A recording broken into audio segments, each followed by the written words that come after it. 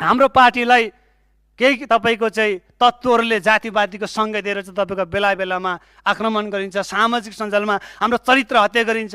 हिजो अस्ति म तपाईँको चाहिँ गणेश नेपालीको चाहिँ परिवार भेट्न जाँदै गर्दाखेरि माइतीघर मण्डेलामा छ भन्ने खबर पाएँ, गएँ। त्यसमा जाँदै गर्दाखेरि केही तपाईँको चाहिँ अराजक समूहले ममाथि दुर्व्यवहार गर्न खोजे।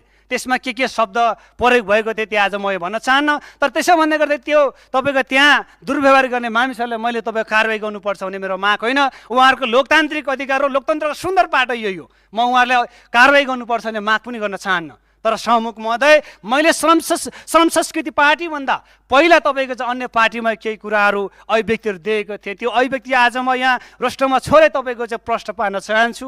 सभामुख महोदय, हो म तपाईँको नेपालको लगभग 65 जिल्ला घुमेँ। त्यो जिल्ला घुम्दै गर्दाखेरि सांस्कृतिक रूपमा विभेद देखेँ, जातीय रूपमा विभेद देखेँ। यी विविध ढङ्गले विभेद देखिसके पछाडि यतिसम्म कि सभामुख महोदय अझै पनि नेपाल सरकारले तथ्याङ्क हेर्ने हो भने आजभन्दा 5-7 वर्ष अगाडि पशुपन्छी मारेकै तपाईँको चाहिँ अथवा पशुपन्छीको केसमा सयौँको सङ्ख्यामा तपाईँको चाहिँ मान्छेहरू हिरासतमा मैले भेटेँ, जेलमा भेटेँ। तर देश दहन गर्नेहरू, भ्रष्टाचारीहरू, देशको सीमा मेट्नेहरू, राष्ट्रघाती सन्धि गर्नेहरू तपाईँ खुल्लाम हिँडेको मैले देखेँ सभामुख महोदय। त्यति बेला मैले सांस्कृतिक अधिकारको निम्ति, यो मेरो व्यक्तिगत कुनै पनि तपाईँको धारणा होइन, सांस्कृतिक अधिकारको निम्ति, भाषिक अधिकारको निम्ति, लोकतन्त्रले दिएको धर्मनिरपेक्षताको निम्ति मैले केही अभिव्यक्तिहरू दिएको थिएँ सभामुख महोदय। तर त्यो मेरो अभिव्यक्ति कुनै जातीय तपाईँको चाहिँ कुनै समुदायमाथि लक्षित होइन सभामुख महोदय।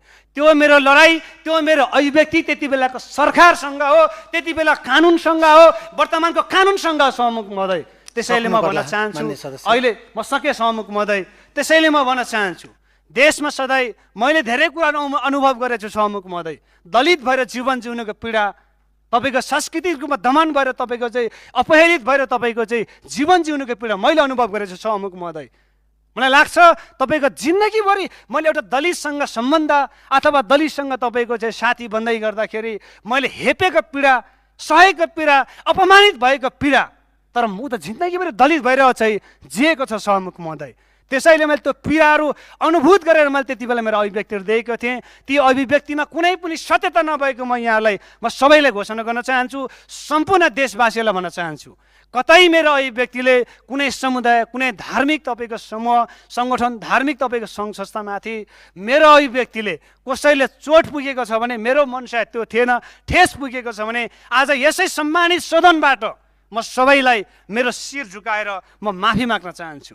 मेरो तपाईँको चाहना त्यो थिएन, यहाँले त्यो किसिमले नलिदिनको निम्ति म अनुरोध गर्न चाहन्छु।